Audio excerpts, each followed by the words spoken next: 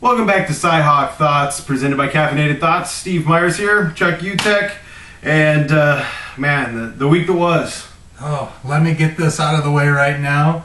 I tip my cap to you, sir. Iowa State Cyclones. It is an Iowa State or Cyclone State this year. Well done. Wonderful game. It was. Classic. It was phenomenal. Where were you watching that? I was watching it at work. I got to watch the game cast. Little black and red lines going back and forth. I don't know if it totally gave Steele Jans the justice he probably deserved, just seeing a little red line. I don't think it did. His little red line was going left, right, backwards. It was kind of all over the place. End result, the red line went forward, and man, he played a great game. He really kind of he showed what he's made of. We said he had some moxie, and he had some moxie, and just really happy to see him kind of come out and play like the fourth quarter against you and I, but did it for the entire game. Absolutely. Wonderful game. Anytime you can do the shoulda, coulda, woulda, but hey, should have stopped him. Oh, that's true. Coulda, woulda, didn't. Hey, 1-1, Cyclones 2-0. Both teams have great games coming up this week. Very pivotal games. Big East. Big East. Big East going down this week. Let's hope. So yeah, we'll get a little more into the game. I do kind of want to just do a quick. We got some feedback. Mailbag time. Yeah, I got some feedback. Postman's here. Yeah. Well, what we found out is, let's see here. New Mex Hawk let us know that he couldn't listen to us. And I don't even know how to do this next name. It said he was with New Mex Hawk and he said he couldn't listen either. Well, Hawk fans, I know you're a Hawk fan, but you gotta, I'm with the educated Hawk fans. Yeah, come on. You gotta turn the radio up or the volume up or whatever it is that you're turning up. Turn it up. It's like Freedom Rock, man. Turn it up. You got to turn it up. You can't have the mute button on. That's why you couldn't listen, okay? Yeah. You have to take that off and turn it up. But, Hawk fans are Hawk fans. Hey, and that was just week 2. We're on to week 3 now, so hopefully later on in the year they'll be able to have that figured out. We'll see. It's a very small group of all the Cyclone and Hawk fans we've been reaching out to. Yes, it's a very small group, and they shined the brightest to this from their. Yes. Oh man. I couldn't listen to them.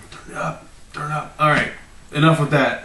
On a serious note, yes. Real quick, first and. Hey, we're taping this today. Who knows when you'll be watching us over and over again in our great conversation. But we do want to first say happy birthday, Brett Greenwood, and speedy recovery, Brett Greenwood. Very scary situation happened last week. Basically unconscious, not breathing, in a coma.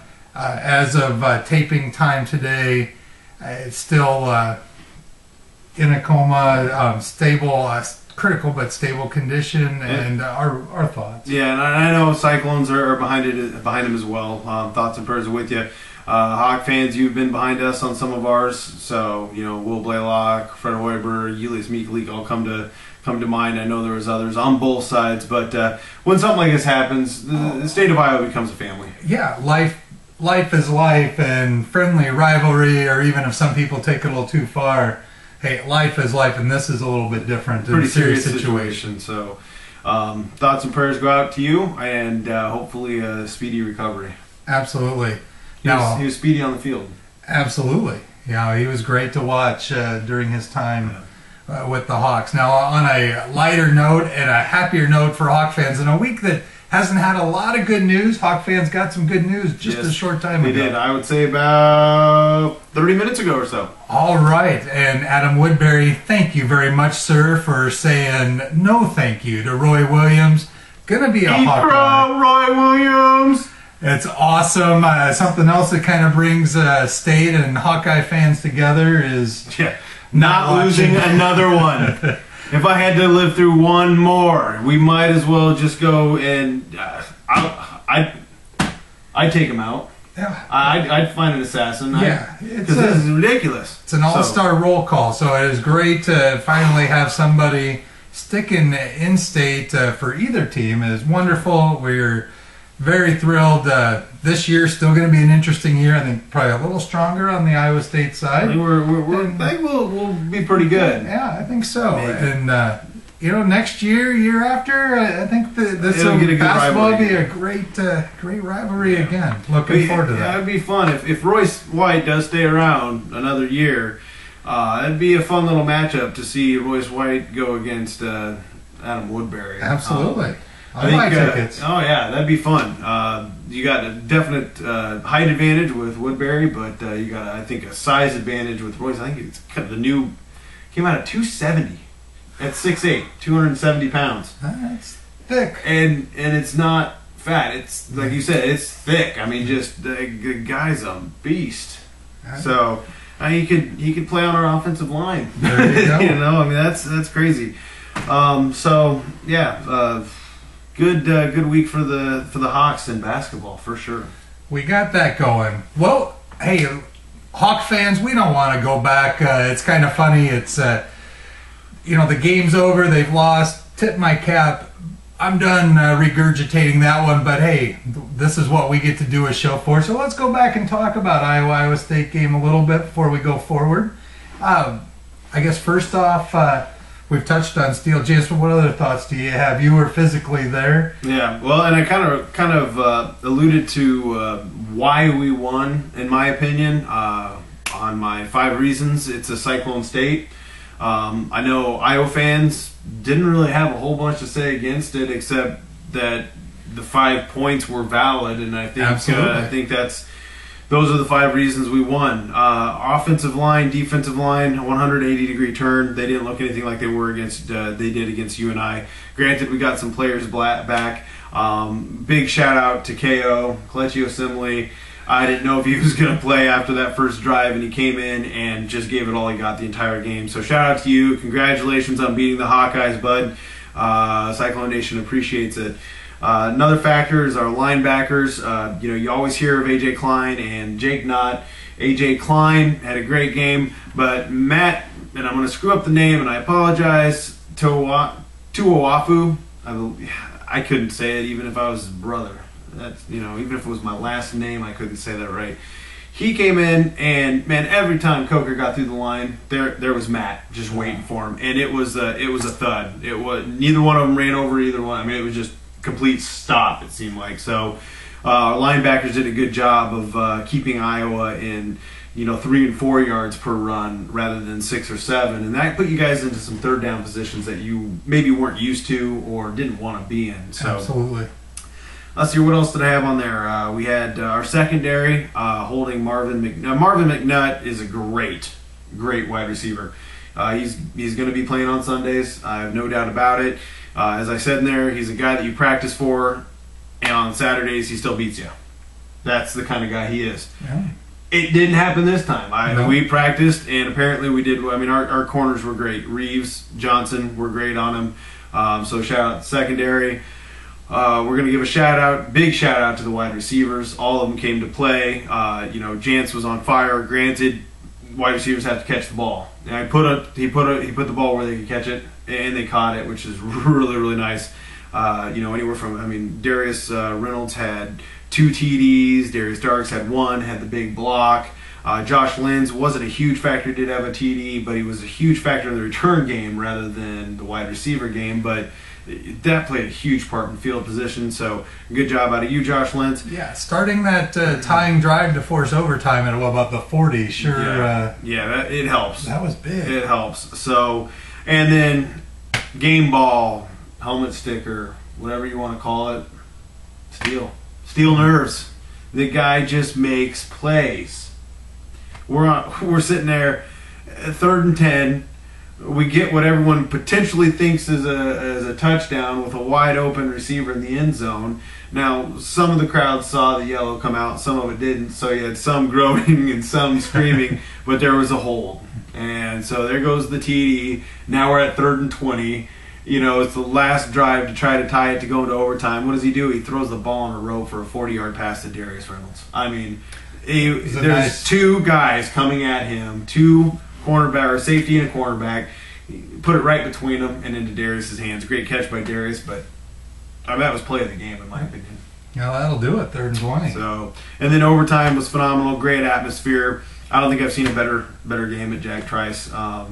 It's one of those where I think Iowa State or Iowa fans still just had a blast, even though it didn't go their way. So it's kind of like a great college football game is a great college football game. You always want to win, but yeah, I mean, at least you were there. I would say it was a lot like the Nebraska game last year. It was just a heck of a game, and I'm so glad I was there. Granted, we came an extra or a 2-point conversion away from beating them, but it was one of those type of games where I can look back a year from now, maybe not all that happy at that point, but I can say I loved that game last year. I'm glad I was there. I wondered if Coach Rhodes would do anything in overtime, if he'd go back to something like that or play it straight. It was cool to see he played it straight, and the team pulled it out. I mean, and that's, I think, by him doing that early in his coaching career at Iowa State, coaches have to prepare for that now. So maybe by him doing that, Iowa's not coming after the block as much on the field goal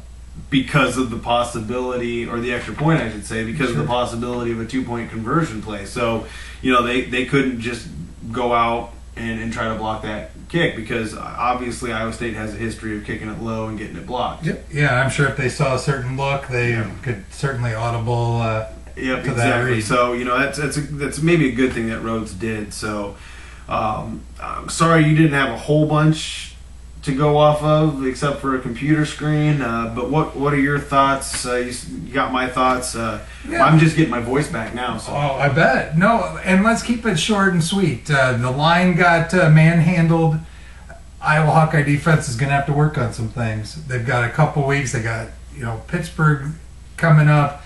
They got some tough games. They got some stuff to figure out.